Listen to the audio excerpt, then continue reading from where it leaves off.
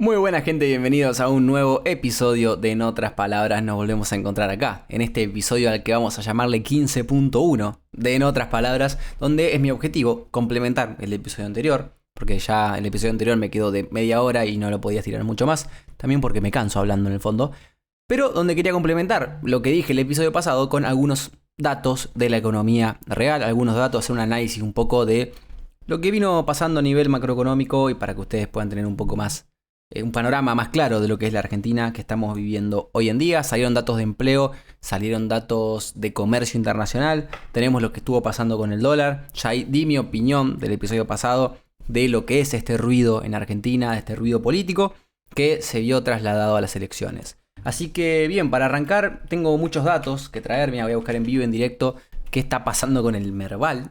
Un Merval que desde máximos del año pasado cayó 54,98%, que ahora desde un análisis meramente técnico, para los que les guste, vemos que está llegando a la media semanal de 200 ruedas, lo que es casi un piso total del Merval. No se sabe cuánto más que esto puede bajar, y si baja más que esto, ya es nivel preocupante. ¿Por qué hablamos del Merval? ¿Por qué empezamos hablando de esto? Para el que no sepa, el Merval es el mercado argentino, las principales acciones, las principales empresas argentinas componen el índice del Merval y es un buen termómetro de la economía o de lo que está poniendo en precios el mercado acerca de la economía argentina. Podemos hablar ahora también de los bonos y del riesgo país. De los bonos que están vinculados directamente al riesgo país. Lo que se mide en el riesgo país es la tasa extra que paga un bono argentino con respecto a la tasa que paga un bono en Estados Unidos. Generalmente creo que es a 10 años que se mire, pero bueno, lo equivalente en el bono argentino. Por ejemplo, Argentina vemos que el AL 30 medido en dólares está a $45. El valor nominal es de 100, entonces está rindiendo un 45% de paridad en estos momentos, lo cual es muy preocupante. O sea, es para, ya lo que dije antes en el episodio pasado, para un país que tiene una macroeconomía estable, tener un bono a estos niveles, y digo macroeconomía estable a costas de la economía como tal, ¿no? Porque lo que podemos decir o adjudicarnos es que tenemos una macro ordenada, lo que no tenemos es quizá mucha actividad económica latente en estos momentos, pero bueno, desde el punto de vista fundamental, ver los bonos en estos precios sorprende bastante y uno tiene que pensar, che, pero hay países que están mucho peor desde los números que nosotros y que los bonos no están tan castigados. Países en guerra seguramente estén mejor que Argentina en estos momentos en materia de bonos. Entonces, ¿qué es lo que pasa con el mercado? ¿Qué es lo que pasa con los principales indicadores financieros? Bueno, que el mercado no nos cree. En mi opinión, el mercado no cree que la solución está a la vuelta de la esquina. Primero, de base ya no cree que la solución sea la oposición, por algo está haciendo lo que está haciendo. Y también se puede decir que no cree que la solución sea con el mismo esquema. Por eso también la presión va hacia el dólar, porque nadie está creyendo en el fondo que se mantengan las bandas. Y también la realidad es que el mercado argentino quedó muy poco líquido. Los bancos, las principales instituciones financieras estaban teniendo problemas de liquidez. No hay tanto dinero que pueda ir al dólar. Y teniendo en cuenta ahora que el gobierno se decide, ayer salió a hablar Caputo en un streaming, se decide, por así decirlo, a defender el techo de la banda. Si vos ves que el dólar no se va a mover de ahí, del precio que está, que siga en el techo, por más que siga en el techo, no se va a mover, quizás los incentivos vayan otra vez hacia un poco la renta fija y ver si el esquema aguanta. Ahora, si el mercado no cree que el esquema aguante, que las bandas soporten esta presión, bueno, van a seguir comprando y demandando mientras los puedan conseguir baratos y después van a estar a la espera de una decisión del Banco Central, del Ministerio de Economía, etcétera, etcétera. Entonces, bueno, vemos a los bonos castigados, vemos a las acciones argentinas castigadas, vemos el riesgo país subiendo. Entonces, como dije antes, el riesgo país es consecuencia directa de los bonos. Si tus bonos caen, el riesgo país sube. Ya Argentina está otra vez en máximos de riesgo país. No sé bien, no tengo acá qué punto sería. O septiembre del año pasado. Bien, que estamos cerca de los 1100, 1200 puntos. Estoy viendo los gráficos en vivo, por eso quiero hacer un poco el análisis de lo que está pasando a nivel general. Entonces, bueno, el mercado está muy tenso. Malas semanas si estabas invertido en Argentina. Entiendo la apuesta y entiendo que quizás desde tu punto de vista diga, che, para mí Argentina está barata. Porque los problemas que están sucediendo ahora son más ruido que otra cosa. Y es un poco lo que quería explicar antes. Están mucho adjudicando la falla en el programa económico, como que no iba a aguantar, etcétera, etcétera. Y bueno, también vos pensás que hay un gobierno que tiene como principal bandera la inflación y el superávit fiscal. La inflación dentro de todo se ha controlado. Yo creo que sí es un error no forzado del gobierno. Ellos tendrán su fundamento y tendrán 1.000 millones de cosas para rebatirme esto. Pero tan empeñados en que la elección iba a ser determinada por el nivel de inflación que haya en el país, como que la gente iba a valorar mucho que no haya inflación. para mí mermó un poco el efecto sobre la gente de la inflación y de lo que les interesa o lo que les preocupa. Como que en algún momento todos nos pusimos de acuerdo para fingir un poco de demencia y no tener la valoración suficiente que se merece que hayan bajado la inflación tanto. No digo porque esto sea un mérito del gobierno, si bien es un mérito del gobierno, mucha gente dice, che, bajó la inflación, pero ahora pago más de tarifas, bajó la inflación, pero ahora pago más de transporte. Entonces hay argumentos en contra y a favor. Lo que yo digo que para mí es acertado y está muy bien cómo atacaron la inflación.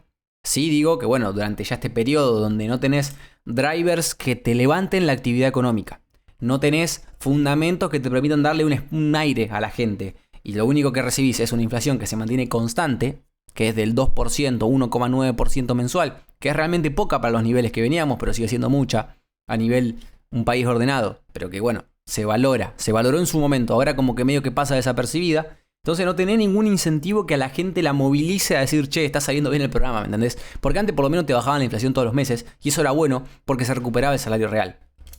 La realidad, yo no sé la realidad de cada uno, sé que muchos sectores están parados, pero muchas cosas se hicieron en pos y en favor del consumidor, quizá no tanto del productor. Se habló mucho, por ejemplo, de la apertura de las importaciones. Se habló el episodio pasado, el 14, de cómo defenderse de una economía abierta, cómo tratar de no perder ventas frente a importaciones. Y ahora vamos a ver que el tipo de cambio está subiendo, entonces esos precios que vienen de afuera ahora van a tender a subir, a hacerse más caros. Y los precios de la economía argentina parecen no estar acompañando tanto, como digamos, no hay un traslado tan efectivo a precios de la devaluación, entonces eso es positivo, vamos a tener un poco mejor parado en el sentido, que capaz que se recuperan ventas de todas aquellas personas que por ahí decidían importar en vez de comprar en Argentina, de irse de viaje en vez de entrar en Argentina, ahora todo eso se va a encarecer. También, por ejemplo, el sector productivo, el agro, que recibió reducción de retenciones, va a tener un alivio porque el dólar está más caro y porque puede vender su producción más caro. Creo que ahí está habiendo bastante actividad en los puertos de Argentina en este momento del año. O sea, como que están viendo buen momento para liquidar. Eso va a ser bueno. Pero lo que quiero decir con todo esto es que se quedó sin drivers el equipo económico para darle algún resultado positivo a la gente. Porque la realidad de verdad depende de cada uno. Si vos estás en el rubro minorista, bueno, entiendo que quizá varios sectores de la indumentaria, con lo que se habló mucho el episodio pasado, están castigados. Sé que me tocó ir a una charla donde había muchos gerentes de autoservicios o supermercados y también la veían bastante complicada. Piensen principalmente que la gente, si bien no tenemos un nivel de ingreso altísimo en Argentina, se reemplazó mucho el consumo de Argentina. Ahora tenemos una sociedad que está pudiendo a través del crédito gastar un poco más en, por ejemplo, no sé, automóviles. Se están vendiendo muchos automóviles en Argentina. Está repuntando mucho, se están vendiendo propiedades, se están vendiendo viajes al exterior, eso es un poco negativo para la producción local, pero bueno, la gente está gastando en viajes al exterior, la gente está gastando en comprar cosas de afuera, por ejemplo una camiseta de River, porque soy hincha de River, y digo, toda esa plata que yo me gasto afuera, o que me gasto en un auto, o que me gasto ahorrando para un auto, o que me gasto pagando las cuotas de un plan para sacar un auto, un plan prendario, o lo que me gasto, no sé, en pagar la cuota de la hipoteca de mi casa que saqué porque ahora hay crédito, es plata que no gasto en consumo inmediato. Y funciona así. Lo que no se gasta, se ahorra. Y generalmente lo que se ahorra va al sistema financiero. Siempre hay un sector que gana, un sector que pierde. Lo peor que le puede pasar a una economía, por ejemplo, que vos ahorres en dólares, cash, crocantes y te los metas bajo el colchón. Para el sistema financiero esto es asqueroso. Pero bueno, cada sector tiene victorias y derrotas. Al sector financiero le fue bien una parte del año pasado, digamos, tuvieron que trabajar un poco más de bancos, pero bueno, las acciones de los bancos subieron, ampliaron las líneas de crédito, se vieron avances en ese sentido. Después el sector más primario, el agro, tuvo una buena campaña, si bien no tuvo ni buenos precios, ni buenas retenciones, o sea, retenciones agresivas, ni un buen tipo de cambio, le fue dentro de todo bien. Entonces no está todo golpeado con lo que uno piensa a nivel de consumo minorista, sí. Pero en el resto de las cosas hay muchas actividades que repuntaron y eso en cierta forma también es mérito del programa económico. Ahora, ¿qué me podés decir vos del otro lado? Che, pero la realidad es que donde está la plata en Argentina es en el comercio. La gran parte de la economía argentina se basa en el comercio. El comercio está siendo castigado. Sí, perfecto, pero es todo parte de lo mismo. Que ahora la gente traslada consumo hacia otras cosas. También que la actividad económica está al mismo nivel que lo que dejó el gobierno anterior. O sea, no... Digamos que el programa de estabilización sirvió para salir del pozo, primero para cavar el pozo, como diciendo, para hacer tierra firme. Estábamos como una especie de pantano, una especie de lodo donde abajo estaba la tierra firme. Nosotros tuvimos que hacer el pozo, pisar la tierra firme para empezar a escalar y deshacernos del barro, se podría decir de alguna forma. Porque La macroeconomía argentina no estaba con fundamentals lo suficientemente sólidos como para tener una recuperación. Hay gente que considera, teorías, una doctrina que considera que tenés que primero hacer crecer la economía para después estabilizarla. Lo más ortodoxo, como es este gobierno, es primero estabilizarla, después vemos si la hacemos crecer. La realidad es que para hacerla crecer tienen que empezar a crecer el crédito, el consumo. Yo entiendo que debería haber una reforma laboral para mejorar las jubilaciones, para mejorar la facilidad para emplear en Argentina.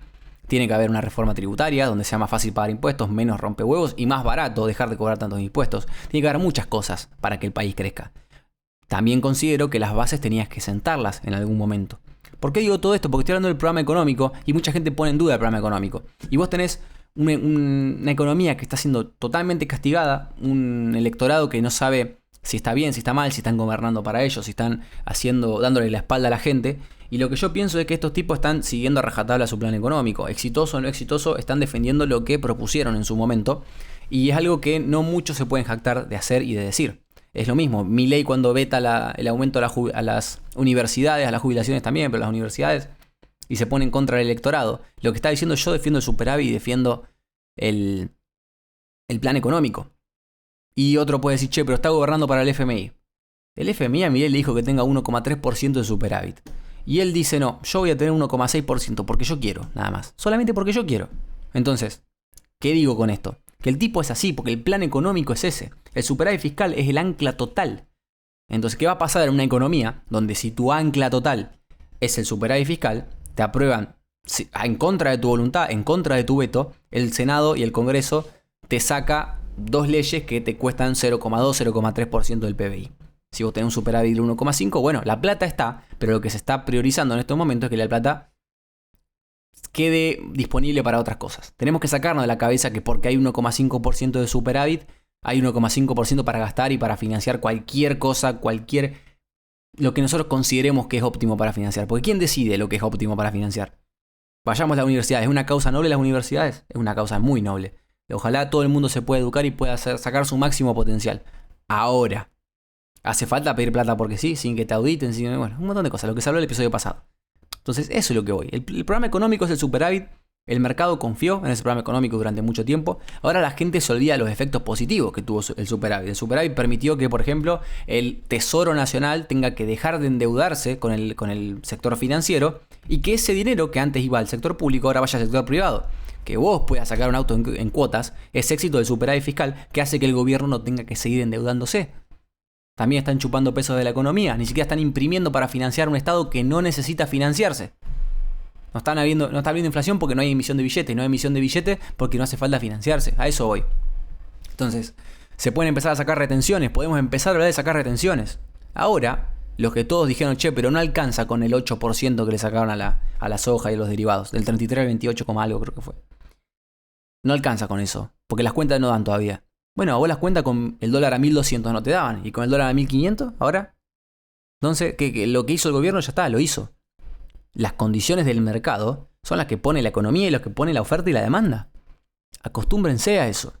Y si a tu sector le va mal, antes de echar culpa que tenés razón, ojo, la cosa está muy deprimida a nivel general y está muy duro todo. La calle está muy dura, el comercio está muy frenado. Pero ahora, voy a poner un ejemplo insólito y muy alevoso para que te des cuenta. Vos fijate, primero, qué es responsabilidad tuya y qué es responsabilidad del gobierno. ¿Qué te tenés que encargar vos como comercio y qué cosas se le puede atribuir porque están todos fundiéndose? Si hay una pizzería en un pueblo, va a vender pizzas. Si hay 2 pizzerías en un pueblo, va a vender menos pizzas, pero van a vender capaz que existen las 2. Ahora, si hay 10 en un pueblo, 10 pizzerías en un pueblo, por más que hagan las mejores pizzas del mundo, del planeta, no va a alcanzar para que todas ganen la plata que tienen que ganar. Y tienen la misma macroeconomía, el mismo intendente. Es un ejemplo que alguien se lo escuché. No sé si fue el profe de Pablo, no me acuerdo. Pero la macro ordenada te permite a vos empezar a competir. Entonces, tenés la ventaja de que ahora tenés una base más o menos sólida. Hay mucho ruido, ahora lo sé. Y es difícil hablar de una base sólida.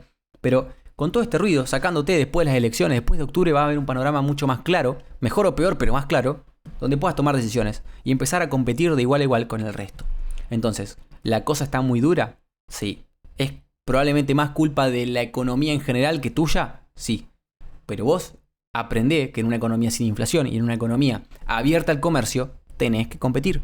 Y no tenés que hacer las cosas por hacer, remarcar los precios que remarcás porque sí. Tenés que hacer un cálculo, se tiene que pensar eso, se tiene que ver en qué cosas vos podés mejorar, qué cosas le puedes ofrecer al cliente para que tengas más venta. Entonces, si vos sos del rubro minorista, acostumbrate que habrá que empezar a competir.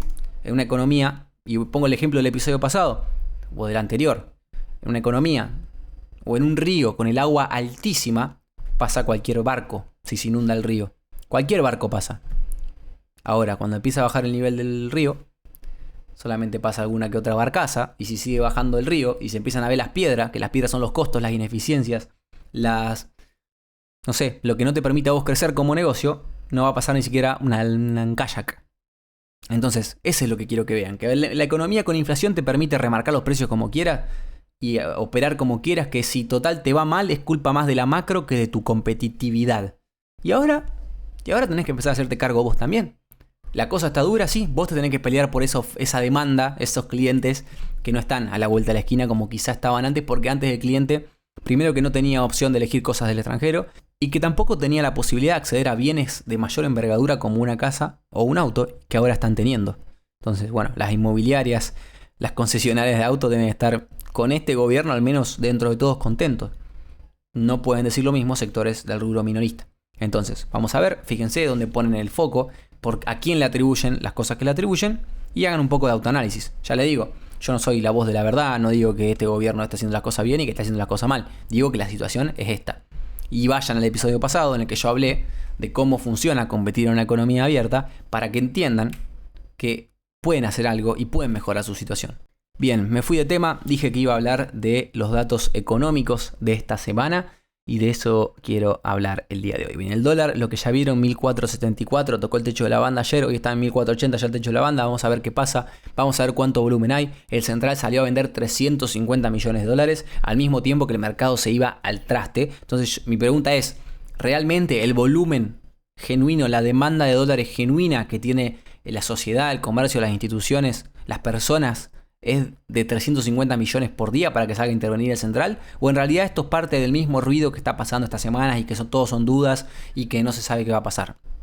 Entonces, para mí, me gustaría verlo ahora. Me gustaría ver qué va a pasar, si la gente va a huir despavorida a comprar dólares, o si en realidad la conclusión a la que llegan es que la economía sigue sin tener pesos, sigue sin haber liquidez suficiente para empujar una demanda de dólares exorbitante, y capaz que no te digo que no sigamos en el techo de la banda, pero que dejemos de presionar tanto y que dejemos de vaciar al central.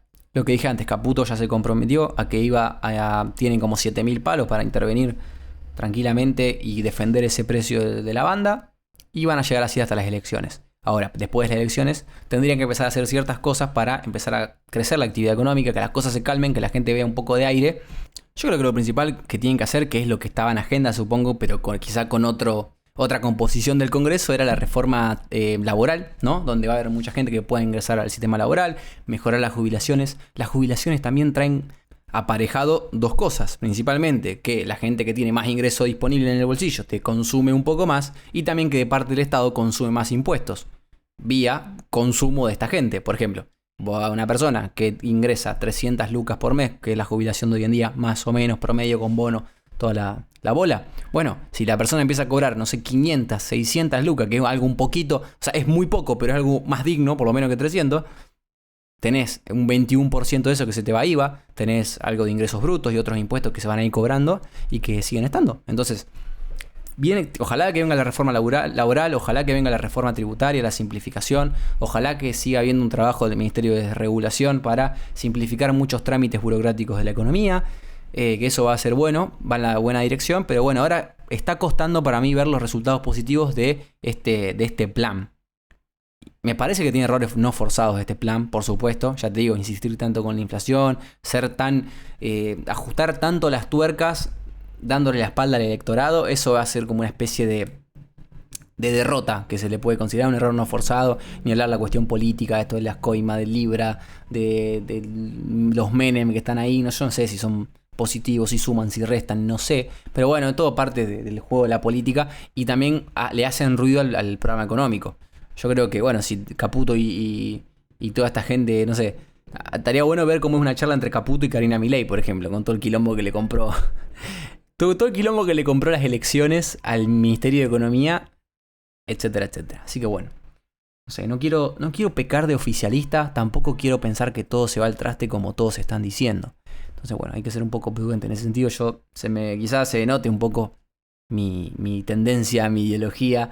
Es un riesgo con el que elijo correr. No creo que nadie me salga a matar por pensar de alguna forma, pero sí algunas cosas por ahí hay que correrse, porque en economía hay blanco y negro, hay cosas que sí y cosas que no, pero hay temas que se tienen que interpretar desde un punto de vista ideológico. Por ejemplo, hay ciertas políticas económicas que no la vas a entender o no la vas a comprender a largo plazo si no entendés la ideología detrás de eso. Entonces, bueno, por ahí me tengo que parar ideológicamente de un lado o del otro. Hay que pensar como el oficialismo o hay que pensar como la oposición. Por más que yo no esté de acuerdo en todas las cosas que hagan ambas partes, hay que poner la cabeza en perspectiva y entender que detrás hay una ideología. Por eso siempre voy a preferir a un gobierno que tenga una ideología detrás, porque por lo menos una ideología que defiendan y que se la crean los propios gobernantes, más que hacer buenismo político y ir para el lado que te convenga. Bien, vamos a los datos económicos, que me terminé hablando de política otra vez, no es lo que quiero. Se habló del presupuesto, ¿no? Un presupuesto que presentó el 15 de septiembre, es la fecha límite para presentar el proyecto de ley del presupuesto que se va a tratar o que se va a utilizar el año siguiente.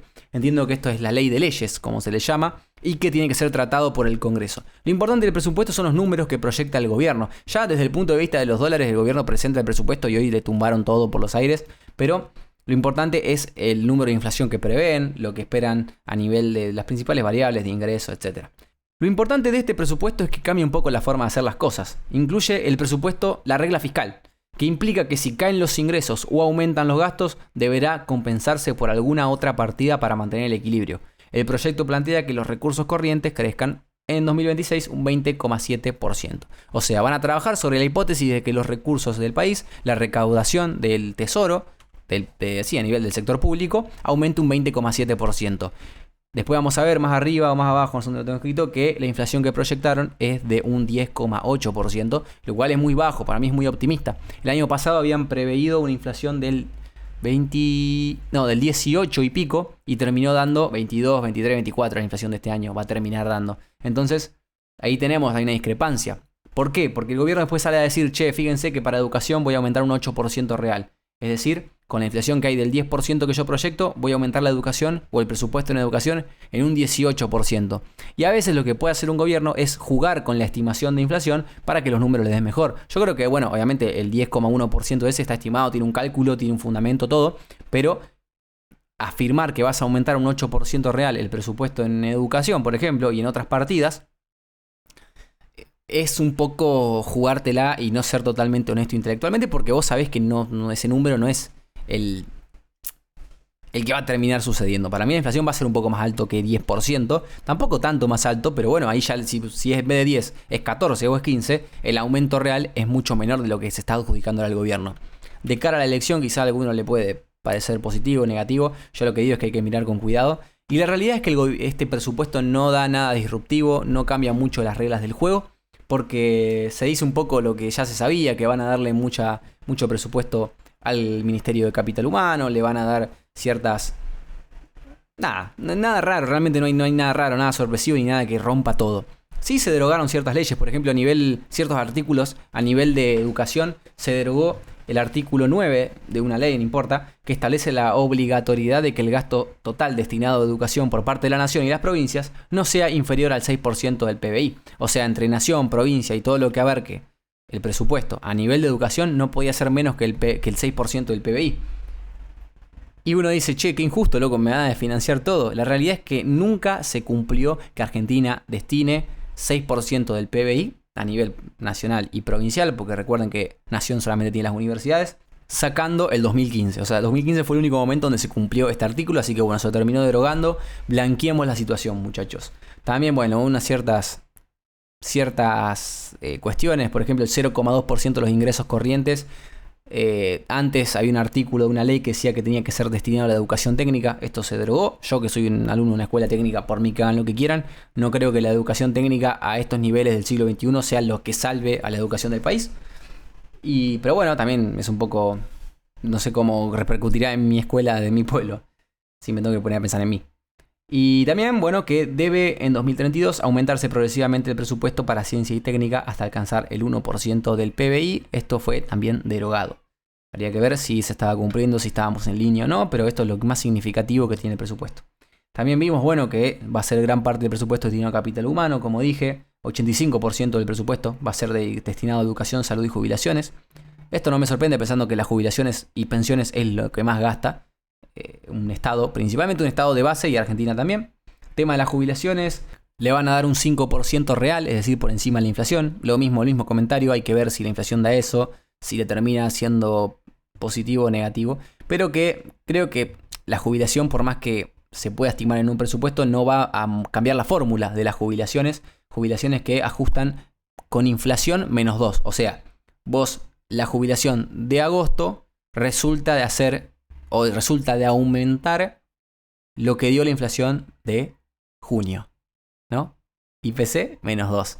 También hay un detalle, que eso va al monto de la jubilación, pero no al bono. Entonces, si vos cobras la mínima y cobras el bono no se actualiza y sí se actualiza el monto de tu jubilación. Por ende, terminás perdiendo más. Porque si el bono no se actualiza y la inflación sigue corriendo, bueno, tenés de gratis que te está comiendo un 2% de pérdida de tu jubilación por parte del bono. Que, bueno, es un detalle que hay que tener en cuenta y que espero que empiecen a ajustar el bono también, porque si no es cada vez degradar la situación. Muy lindo el superávit fiscal, pero bueno, no puedes darle la espalda así y no puedes mantener este sistema de jubilaciones así como está. Entonces, o le vas por el lado de la reforma tributaria, la reforma laboral, o empezás a atacar otros frentes para mejorar un poco la situación de los jubilados, que no es para nada justa. Así que bueno, después de mucho detalle de algunas partidas, por ejemplo, le aumentan el presupuesto al Ministerio de Desregulación, que igual sigue teniendo un porcentaje relativamente chico dentro de lo que es el presupuesto a nivel nacional, pero bueno, se aumenta bastante. El presupuesto del Ministerio de Economía sigue estando más o menos igual, el presupuesto de muchos sectores está dentro de todo ordenado, así que no va a cambiar mucho. No hay grandes sorpresas en este presupuesto, sí se mira mucho el presupuesto porque se ve en qué se pone el foco y también se va a terminar viendo qué es lo que prevé el gobierno de cara al futuro. Prevén 10% de inflación anual, listo. Ese es el número con el que se van a manejar. Después hay que ver si es realmente ese número. Pero bueno, está un poco la estimación. Otros detalles importantes de este presupuesto es que estiman un superávit primario del 1,5% del PBI y un superávit financiero del 0,3%. El superávit primario es agarrar los ingresos del Estado, restarle los gastos del Estado y ahí tenés un superávit primario. Después el tema de lo financiero es restarle los intereses de la deuda. Entonces, si vos pagando los intereses de deuda que tenés, porque tenés vencimiento de deuda, seguís teniendo superávit, ahí tendrías un superávit financiero. Y el superávit financiero va a ser del 0,3% según lo que estima el gobierno. Números parecidos a lo que tenemos hoy en día. Creo que también estamos en superávit financiero por ahí en 0,2, 0,3%.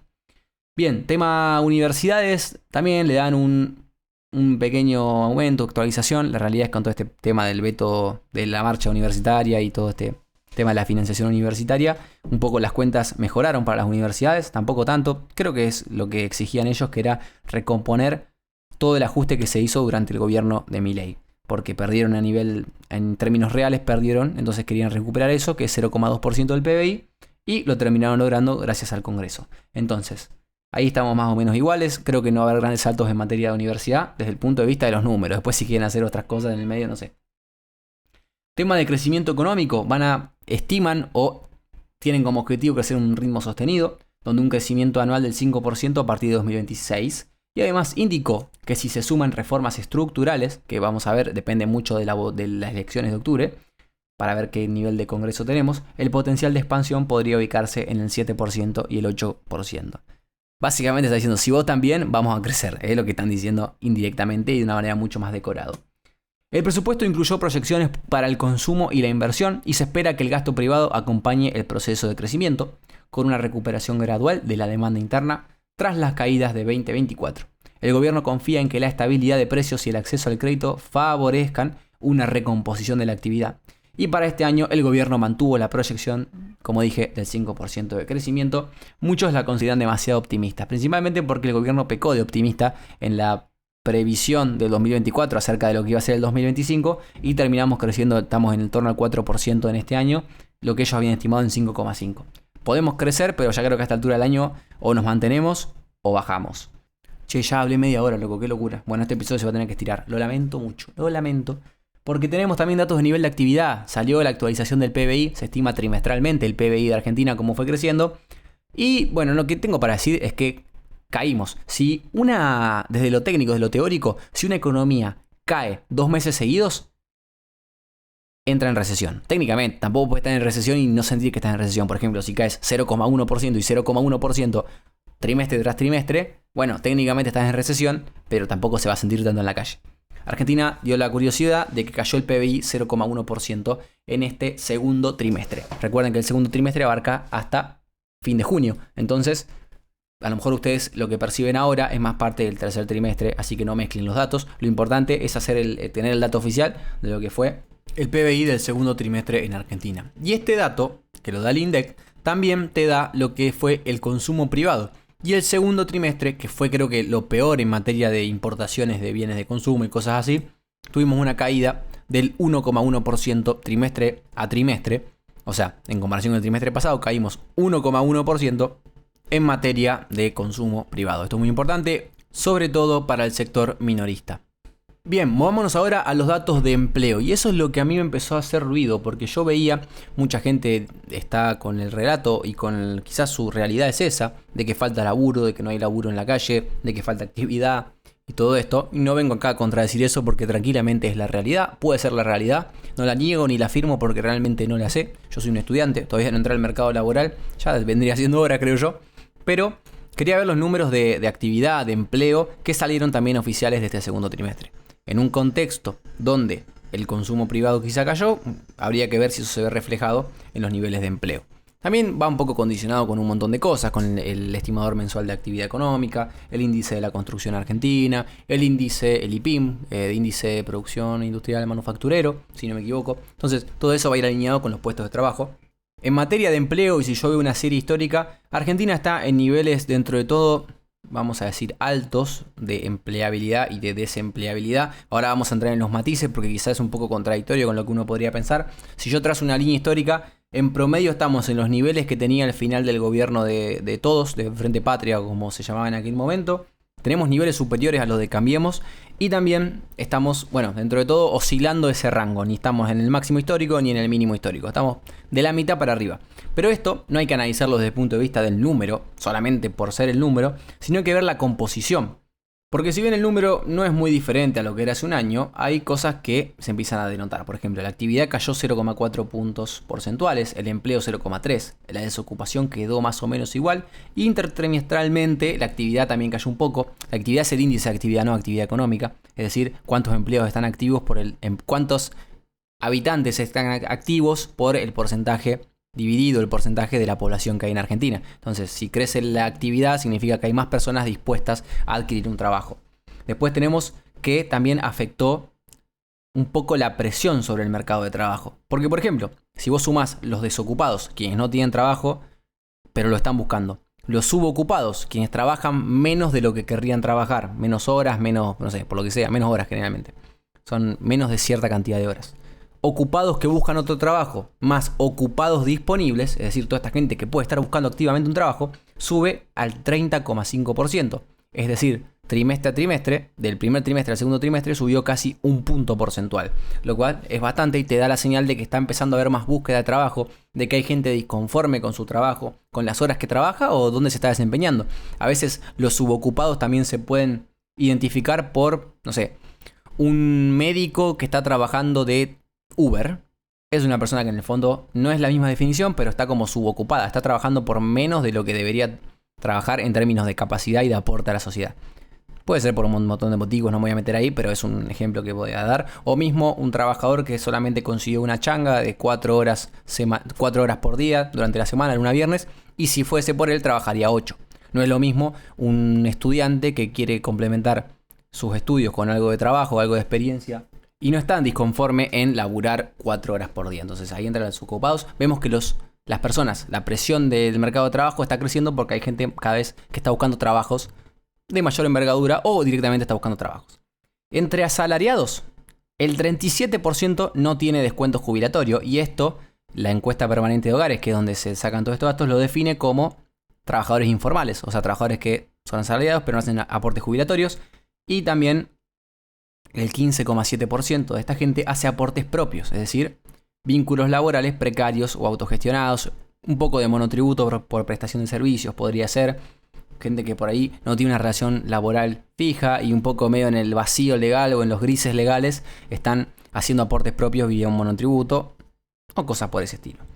También en temas de horas e intensidad, la subocupación está trepando 1,6% más trimestre a trimestre, y los ocupados ausentes y el trabajo desde la vivienda se mantienen en niveles que no son para pasar desapercibidos, que son el 8,6%.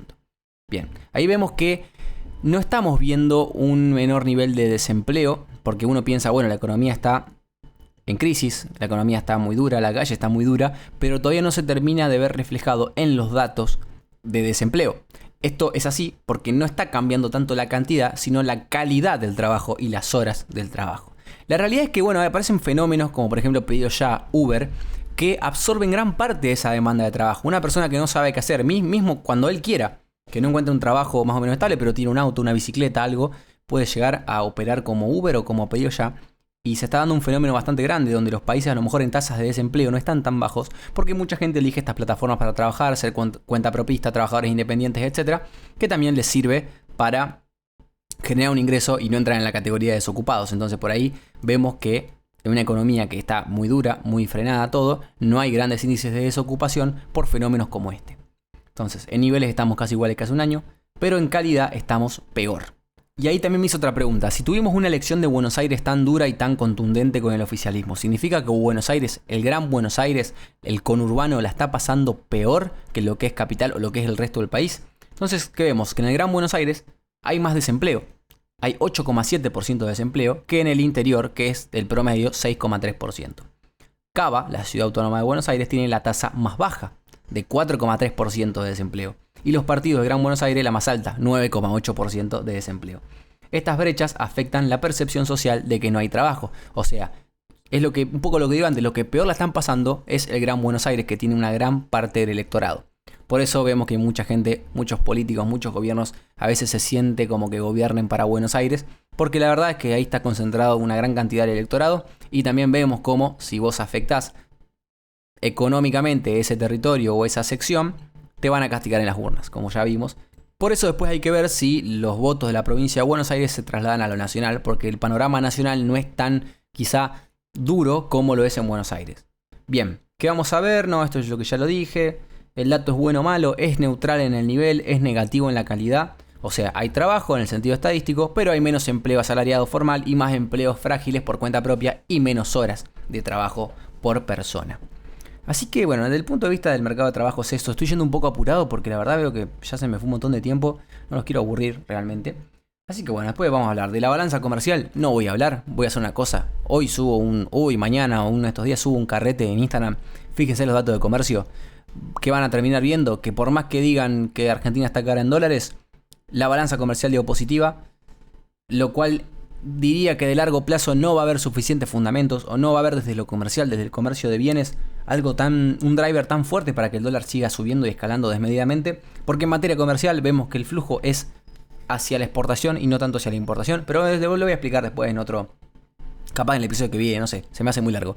Nos vemos en el próximo episodio. Ya estoy cansado, me estoy muriendo por dentro, tengo hambre, tengo calor, afuera llueve, tengo que viajar. Todos son contras, pero tenía que hacer este episodio. No podía irme de este fin de semana sin hacer este episodio. Y te agradezco a vos por estar del otro lado, por bancar, por estar siempre. Y nada, eso. Nos vemos en una nueva semana, en un nuevo episodio de En Otras Palabras.